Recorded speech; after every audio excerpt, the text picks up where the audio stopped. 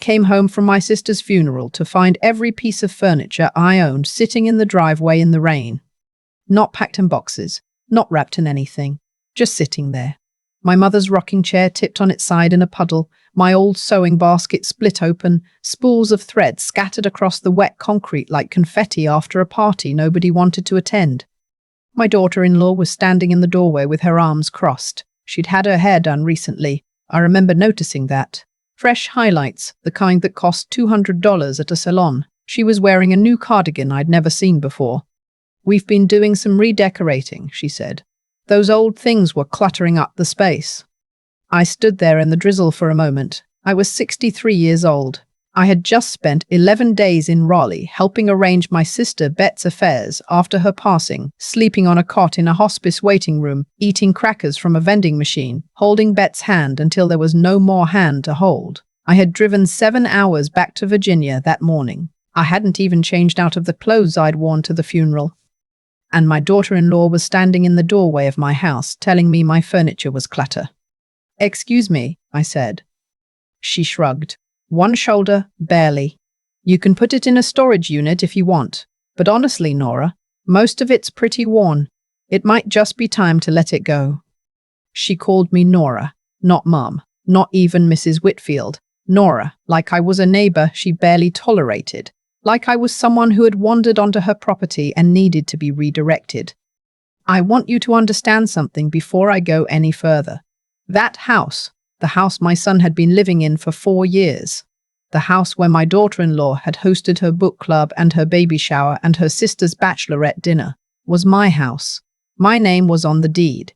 It had been my name on the deed since 1987, when my late husband Gerald and I bought it for $94,000 and spent the next 30 years paying off every cent of that mortgage ourselves. My son Elliot had asked if he and his new wife could move in temporarily when they got married. Just until we save up for a down payment, Mum. A year, maybe 2. That was 4 years ago. I had moved into the guest room, the smallest bedroom, the one with the slanted ceiling and the single window that faced the neighbor's fence, because I didn't want to crowd them. I was trying to be considerate. I was trying to be a good mother. I had apparently been trying too hard. I picked up my mother's rocking chair from the wet driveway. I carried it back inside without saying another word. My daughter-in-law, her name is Shelby, and I will use it now because she has long since lost the right to be referred to with any warmth, watched me do it. She didn't move from the doorway, she just watched, and when I carried the second box of my things inside, she sighed like I was inconveniencing her. "We were going to discuss this with you," she said, "eventually." "Were you?" I said. It wasn't a question. I went to my room and I closed the door. I sat on the edge of the bed, my own bed, a queen mattress I had bought at Sears the year before Gerald passed, and I looked at the 4 walls, and I let myself feel how small the room was. The slanted ceiling, the neighbor's fence through the window, the sound of Shelby on the phone somewhere down the hall laughing at something, completely unbothered.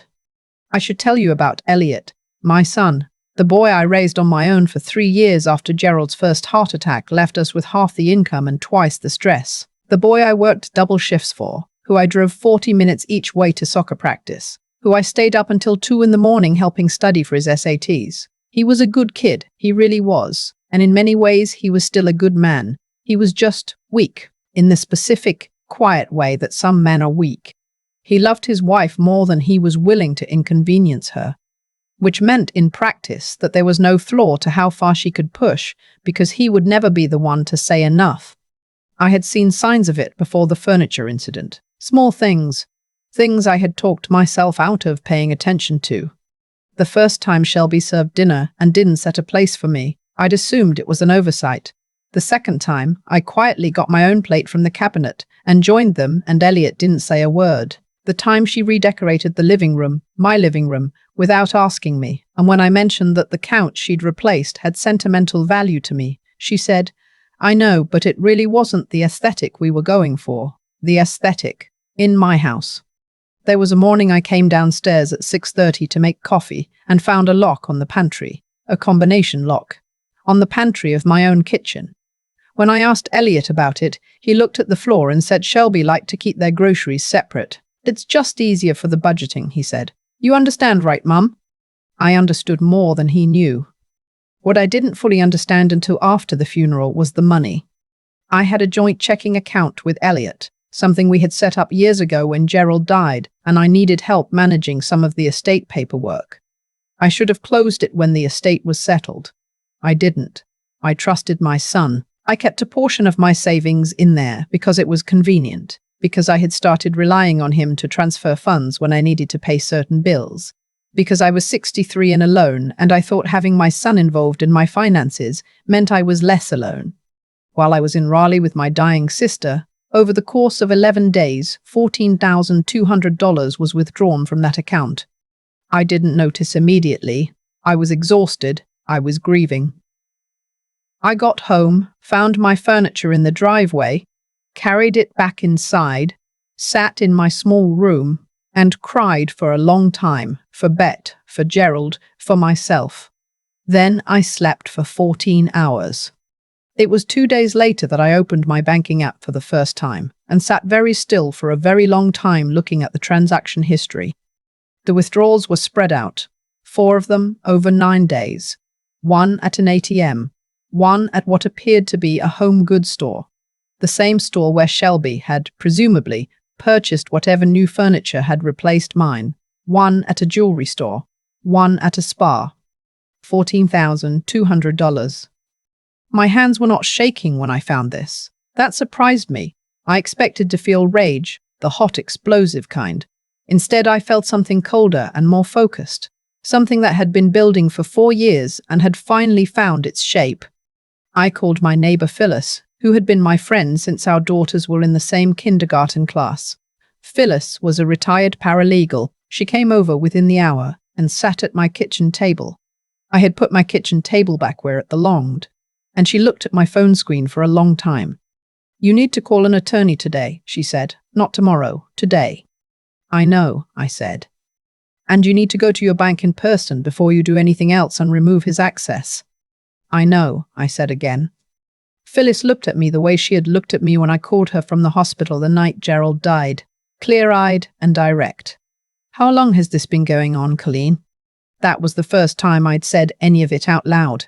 The pantry lock, the meals without a place set for me, the furniture in the driveway, the account, all of it. I talked for almost 2 hours and Phyllis listened and refilled my coffee twice and didn't interrupt. When I finished, she said, You know this is your house. Yes, I said. You know you don't need their permission to make any decisions about it. Yes, I said. Then let's talk about what you want to happen. That was the conversation that changed everything. I want to stop here for a moment and say something to anyone who might be listening to this and recognizing pieces of their own life. It is very easy, when you love someone, especially a child, to mistake endurance for loyalty, to keep absorbing things because you don't want to be the kind of mother who makes things difficult.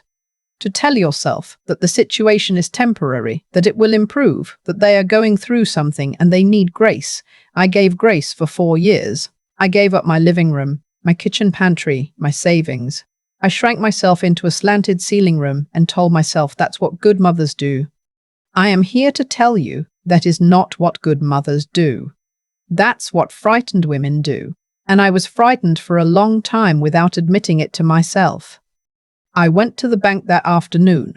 I removed Elliot's access from the account, transferred the remaining balance to a new account in my name only, and spoke to the branch manager, a patient woman named, I don't know why this detail stuck with me, Helen, who walked me through the process of filing a report for unauthorized withdrawals. She did not seem surprised. She was kind. She brought me a cup of water. I went to see an attorney the following morning. His name is not important, but he had been practicing estate and property law in Richmond for 31 years, and he had an American flag on his desk and a no-nonsense manner that I found deeply comforting. I brought every document I had, the deed to the house, the account statements, the transaction history printed out, photographs I had quietly taken of my furniture in the driveway. I had taken those photographs the day I came home. I don't know what instinct led me to do that. Phyllis said later it was the smartest thing I'd done. The attorney was quiet for a long time after I finished. You have clear title to this property, he said. Yes. And there is no lease agreement with your son and his wife? No, nothing in writing. They were going to pay rent, but it just never became a formal thing. He nodded slowly. Then you are not a landlord and they are not tenants under Virginia law. You're the homeowner and they are guests. He paused. Guests you have the right to ask to leave. I went home. I made dinner, a real dinner, the pot roast recipe I've been making since 1989, and I set the table for myself, and I ate it sitting by the window. Shelby came home around 7, and I heard her in the kitchen opening and closing cabinets, and I didn't get up. Elliot came in around 8 and knocked on my door, and I said I was resting. 3 days later, I had the paperwork. I sat down at the kitchen table on a Sunday morning while they were both home. I had the attorney's letter. I had a second document the attorney had prepared, outlining the financial discrepancies and the bank's preliminary findings. I had a 60-day notice to vacate, prepared properly under Virginia law. Elliot came in first. He started to pour coffee, and I said, "Sit down, please." Something in my voice, I don't know what it was, something that had been absent for 4 years, made him sit down immediately. Shelby came in a minute later, saw the papers on the table, and stayed standing in the doorway. I slid the documents across the table. I watched my son's face as he read. I watched the color leave it. I watched him look up at Shelby and then quickly back down at the papers. Shelby read faster. Her expression went through several things: surprise, then a flash of something calculating, then a kind of hardening that I recognized. She had made a decision about what posture to take. She set the papers down. "Mom," Elliot started. "Let me finish," I said. "The attorney's letter explains the timeline of the account withdrawals. The bank has already flagged 3 of the 4 transactions as potentially unauthorized. I have the option to pursue this further or to accept the funds return and call it settled." I looked at Shelby. I haven't decided yet which I'd prefer. The calculating expression flickered. Good. There is also a 60-day notice to vacate, which begins today. That is not a discussion. The notice is legal, and it is in effect. Elliot said my name the way he used to say it as a little boy when he knew he was in trouble. "Mum." Just that, like an appeal. "I love you," I told him. "I have loved you every day of your life, and I will love you until I stop breathing. But I have lived in the smallest room of my own house for 4 years. I have eaten meals without a place set for me at my own kitchen table. I came home from your grandmother's funeral to find my belongings in the driveway, and while I sat with Bet while she died, $14,200 was taken from my bank account. My voice did not crack. I had practiced this. This house is mine. It has always been mine, and I would like it back." Shelby said nothing. She picked up her coffee cup and walked out of the kitchen. Elliot sat at the table for a long time after she left. He looked at the papers. He looked at his hands. He said, quietly, "I didn't know about the money."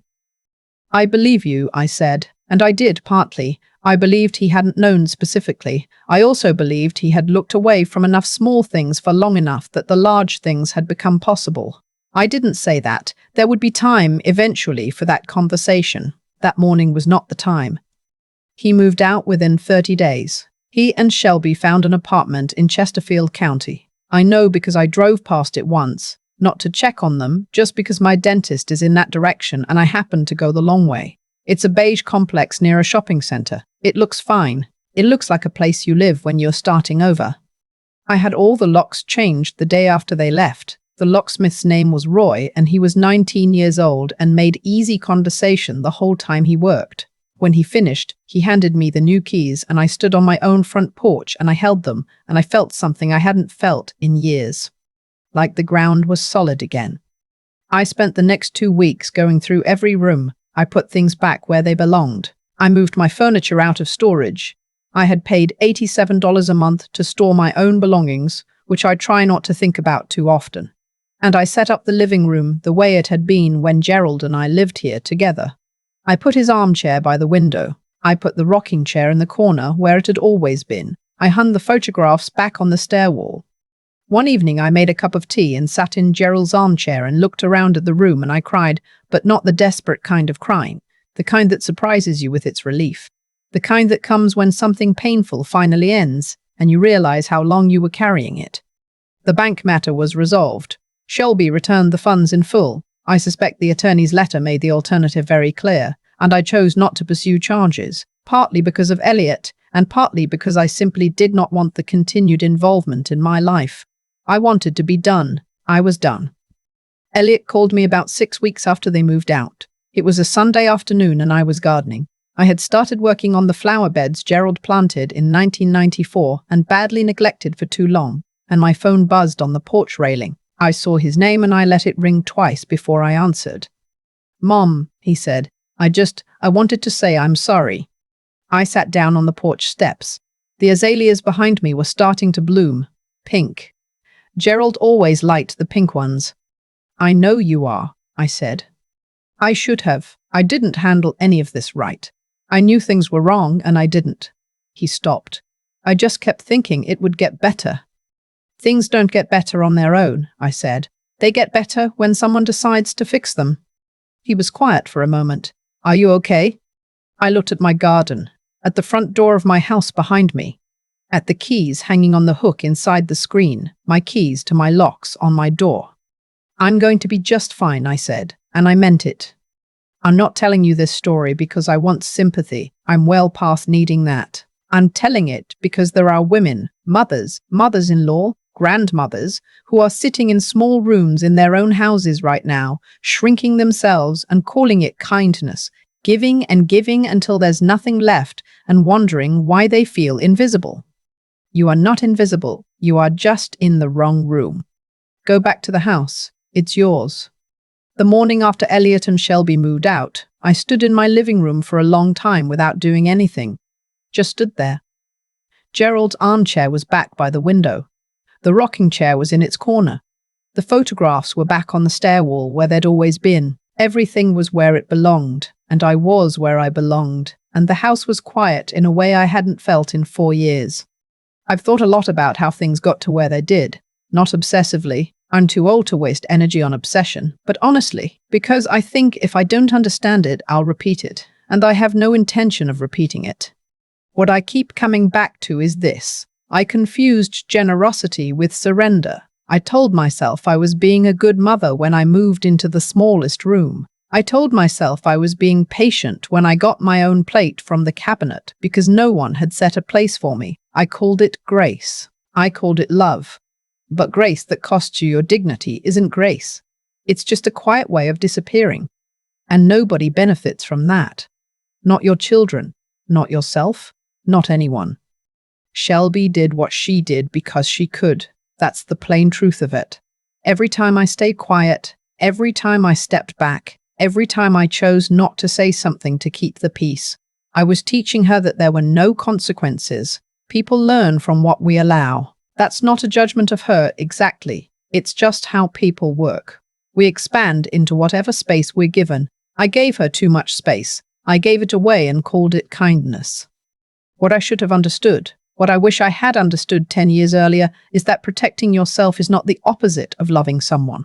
You can love your son completely and still hold the line. In fact, I think that's the only kind of love that actually helps anyone grow. Elliot needed to see that there were consequences to looking away. He needed to see that silence has a cost.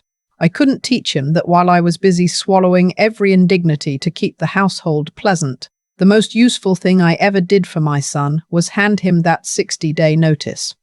I'm not saying it was easy. It wasn't. There were nights between finding those bank withdrawals and sitting down at that kitchen table when I lay awake wondering if I was being too hard, if I was making something permanent out of something that could still be fixed gently. That's the fear talking.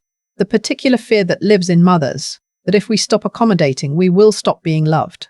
I've decided that fear is a liar. The people worth keeping in your life don't leave because you stood up for yourself. And if they do, well, now you know. What carried me through was something simpler than courage. It was clarity.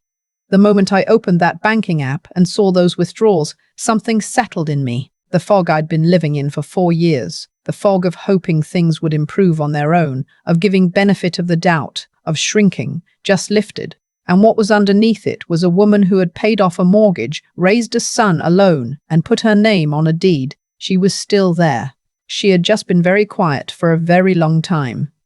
Elliot called eventually. We are rebuilding something, slowly. I don't know yet what shape it will take, but I know it will be built on honesty this time, not on my willingness to disappear.